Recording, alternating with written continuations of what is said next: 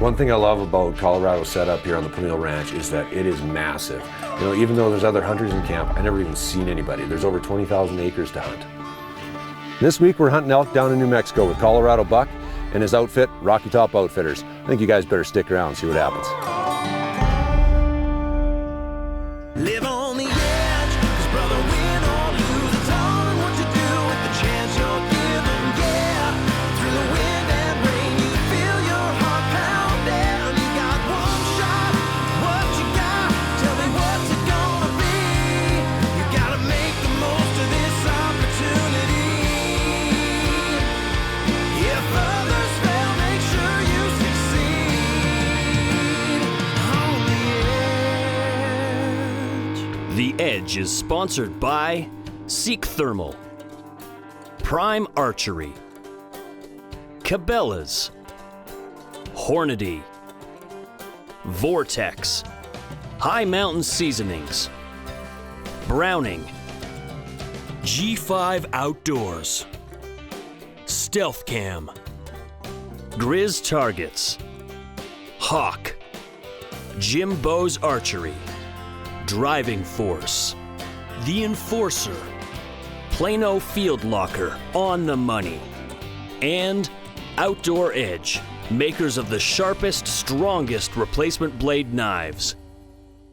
Well, we flew into Albuquerque and then we drove up to Cimarron, and our guide met us out on the road, which is good because I never would have been able to make it back in here without his guidance, that's for sure. We drove into camp, we just kept climbing and climbing and climbing, and we're going up switchbacks, and I didn't even know if my truck was going to make it up. But I mean, here we are sitting at base camp at about 8,500 feet.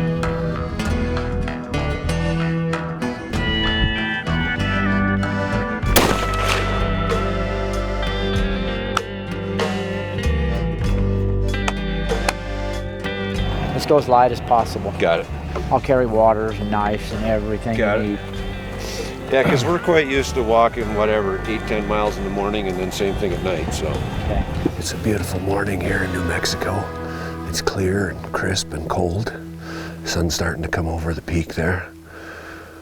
So we're starting our glassing here and looking for some elk. You know, it was pretty exciting on the very first day because you get up in the morning and you're taking off across ridges and out overlooking valleys and whatnot, looking for elk. And it was really cool. You climb up to the top of a ridge, you know, and you're up probably around 10,000 feet and you are looking out over some of the most beautiful scenery you've ever seen. If you don't come here with good optics, don't come. We're pretty high up already. We're probably at 9,000 feet. Go easy. Yeah, you can feel it right away in the lungs in the morning here. Us flatlanders aren't quite used to it.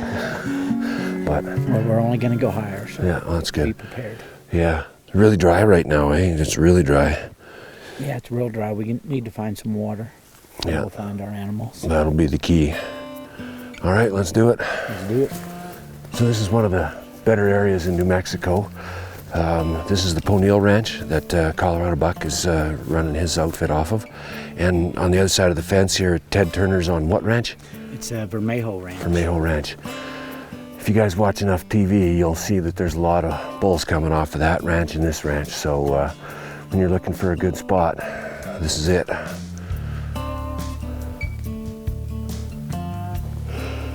Keep going. You betcha.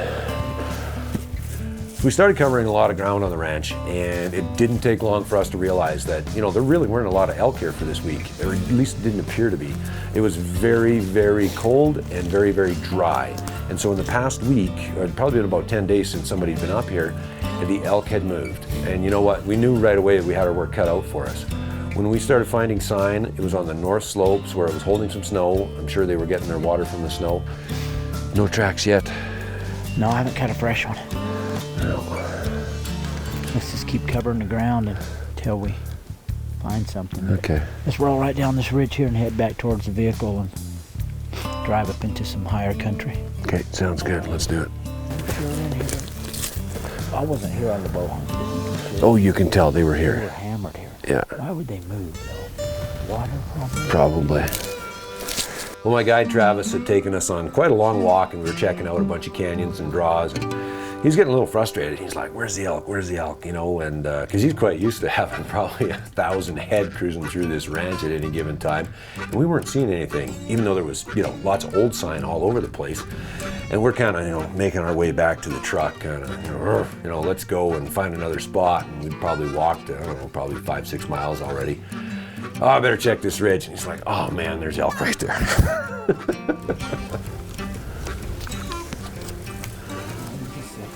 Oh, is he? This segment brought to you by Jimbo's Archery. You know, when I was here and we started glassing, Travis was spotting mule deer and elk and whatnot, and I'm like, where are they? I don't see anything.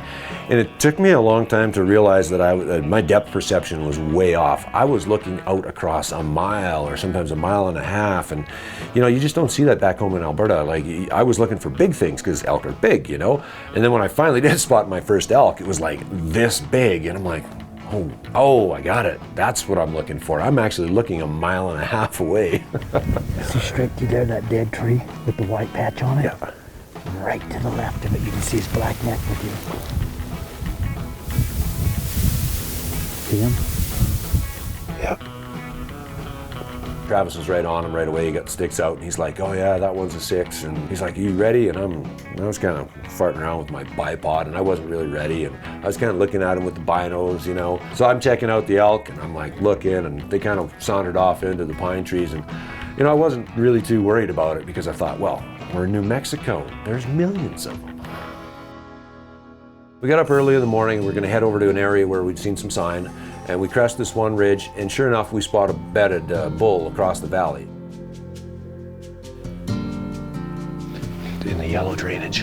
Yeah. And you get into the spruce, just bedded down about 200 yards up. Straight up the draw, or to the right? Or To the right of the draw. I got it. Bull. Yeah. We spotted a bull across the draw here. He's probably about 1,100 yards away. Looks like he's a 6. We'll probably walk down around the ridge and move in closer and get a better look at him. It's the first week in December here in New Mexico, and normally we'd have snow on the ground, and there'd be way more snow up in the peaks. In this ranch, with the snow on the ground, there'd be tons of elk in here. Last year, they were just covered up in elk. There's thousands in here. And that's, if you look at all the sign, I mean, there's rubs everywhere. The whole fall, this place was full of elk. So we watched him for a while, figured we'd see where he goes off in beds and maybe put a play on him. But you know what? Some of them canyons are just so thick with pine that we couldn't find him again. Wow. That's been there a while.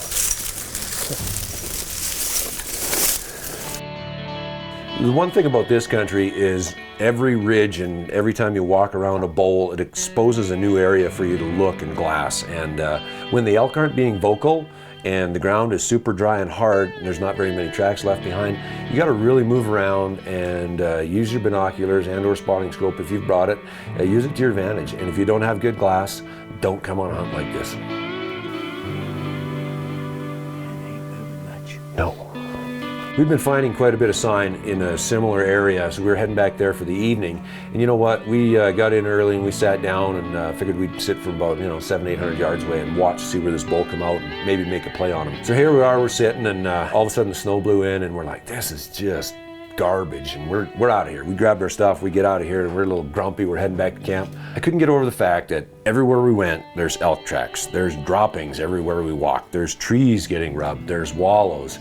I just can't imagine how many elk were in here in September and October. I mean, normally the snow would be on the ground right now and they'd be all in here feeding and getting ready to move down to the low country.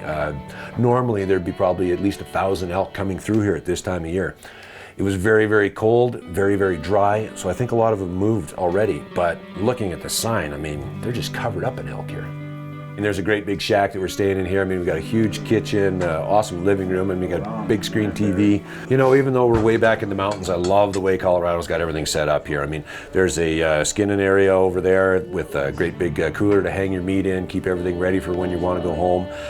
You know, it's absolutely set up very well here.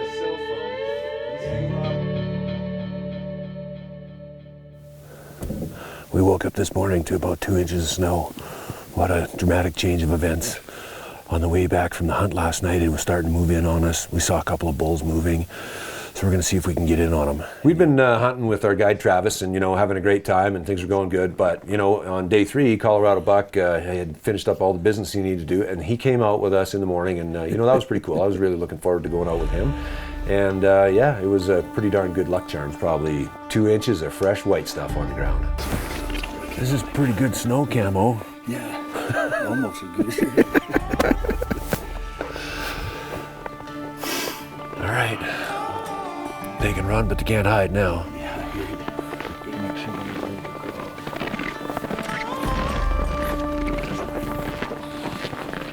So we got up and we headed out in the fresh snow, and we wanted to glass some areas where we'd ran across the bulls the night before. And so we're watching, and I'm talking to camera, and Matt and I are doing an intro to the show of how much fun it is, and we're out hunting with Colorado Buck, and I look, and Colorado and Travis are gone. And I'm like, oh, I wonder where they went. I better go walk up this little ridge and see where they're at. And I'm coming up the hill, and here's Colorado.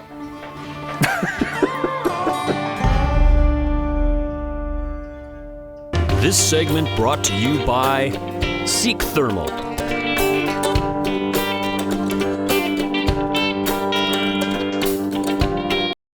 While we're standing over there talking to camera, they're finding me a bull.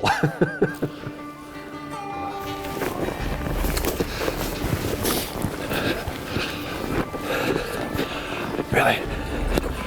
Into the trees.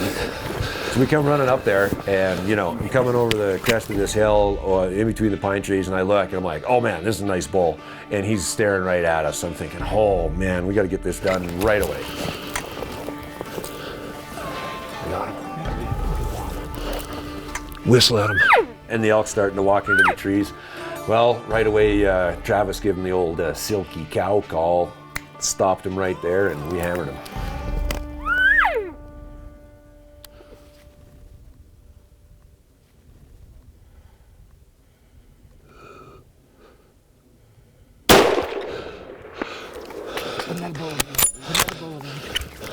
Stay on him. Stay on him. 339, right where he lays. I got 340. I can see his bed down here. I knew he just got up. That ain't the 5-1. That's the 600. Yeah. I didn't even look, he was so wide.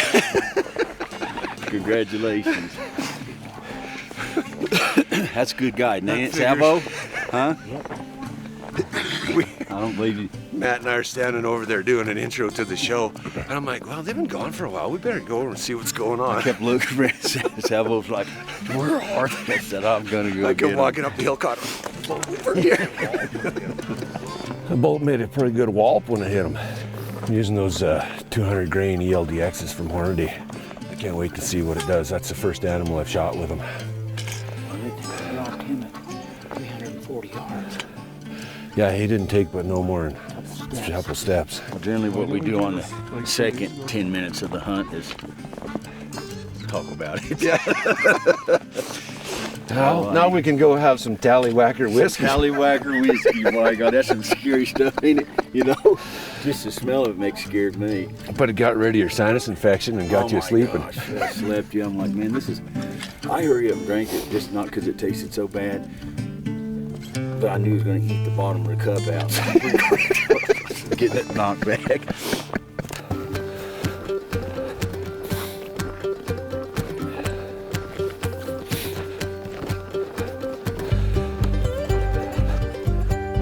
Yeah, I'm glad we got on him when he did, because there's another 2 steps, he was in the timber. Oh, that stuff's thick. Yeah. Yeah, he bedded right here and they fed right up to the edge. Well, let's go take a look at him.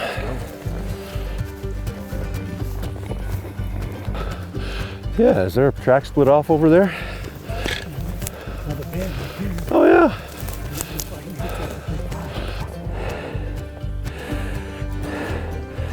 Holy, look at how hot that bed is. Can you see that?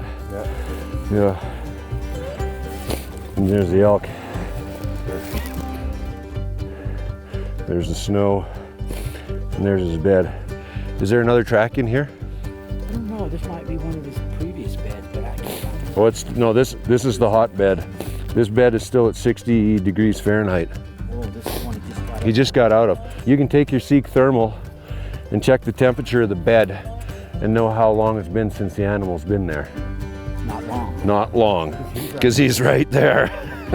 But you can definitely utilize this to know how long and how far in front of you the animal is. Wow. Yeah, it's pretty cool. Oh, look at that big old bull. Look at how wide that is. Oh. That's a good bull. Thanks, Travis. You betcha. We did it. Good job, we did. And it wasn't easy. No. Because we think most of the elk have already migrated out because it was so dry. This snowstorm was a godsend, that's for darn sure. It was. Yeah, last night Travis was saying, if that snow piles up, we're gonna be on elk in the morning, and sure enough, first thing, 5 minutes. Because it's been a few days and we only seen 3 elk. Yeah. We figured we'd be seeing 1,000 elk while we were here. We didn't, but I sure like what I saw. Look at how wide that is. That's gonna be 3.5 feet wide. Too sweet. Congratulations, Thank you. buddy.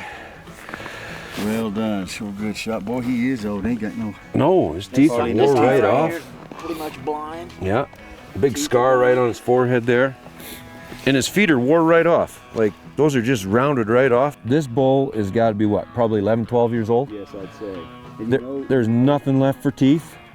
And they're just rattling around loose in there. Holy cow, we're gonna get some pretty special ivories out of this one. This segment brought to you by Stealth Camp.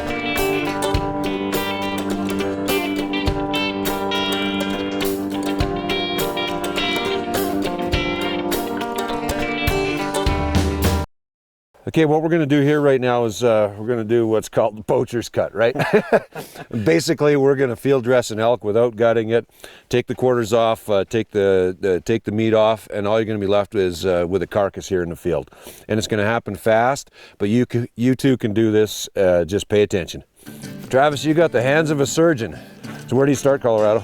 just come on the inside of that. If you stand inside of this belly, you're just automatically gonna hit that ball joint.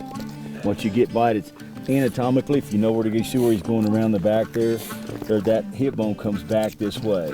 And see if you turn your knife back into the body, underneath that socket, you go right underneath that and around the back. Now it's just straight off. And the hide saves everything else, Yeah. keeps it clean. Keeps her clean. You throw it in and pack it out like this right here. Yeah. And then when you're cutting, a lot of people, you see them do this. And a lot of times you're going to cut a hole that you don't intend to cut, and you're going to leave meat on there. But if you lay your knife along the edge of you see I'm pushing in and then down. You see, you can almost flesh that right there on the carcass. Goes just as fast, way cleaner. And if you're backpacking, you're shaving off a lot of weight that you're going to be otherwise backpacking. But you see where I'm carrying my knife, and just let it do the work. Then you get up here, another thing I see people do, they're up here where they're done, they want to cut this off, so they cut it off. Never. What you're going to do is you're going to dull the knife, you're going to get hair all in the meat, and all you got to do is turn that knife over and go underneath. Yeah. And just clean, slick as a whistle. Go underneath and cut out. Same process. This is Rocky Top School here. Rocky Top School, that's what it is. Them are super handy, right? You just Yep. get rid of the blade, put a new blade in, there's no sharpening, it's just, Yep. And You you know, can resharpen those blades if you want if to. you That's want. how sturdy they are. Probably the only time you're ever going to see this happen. I'm not working on my own animal, but I'm definitely taking a step back and watching this because I too am learning some stuff. yeah. And then if you're in camp for a while and you're gonna salt it, this is gonna dry out a whole lot quicker. It doesn't have to penetrate through any pieces of meat or extra or debris on the skin. It hurts nothing to take that knife and just make it safe. That's a good idea. Very good idea. Safe there. You always know where it's at.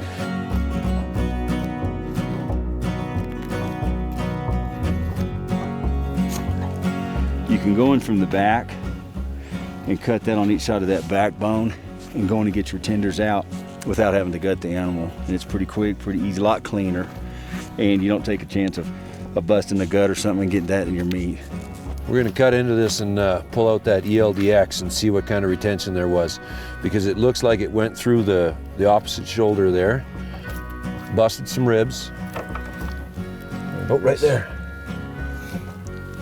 We went all the way through that elk, right into the other shoulder. Oh, look at that weight retention. Look at how that pulled out. How long's that number been out there?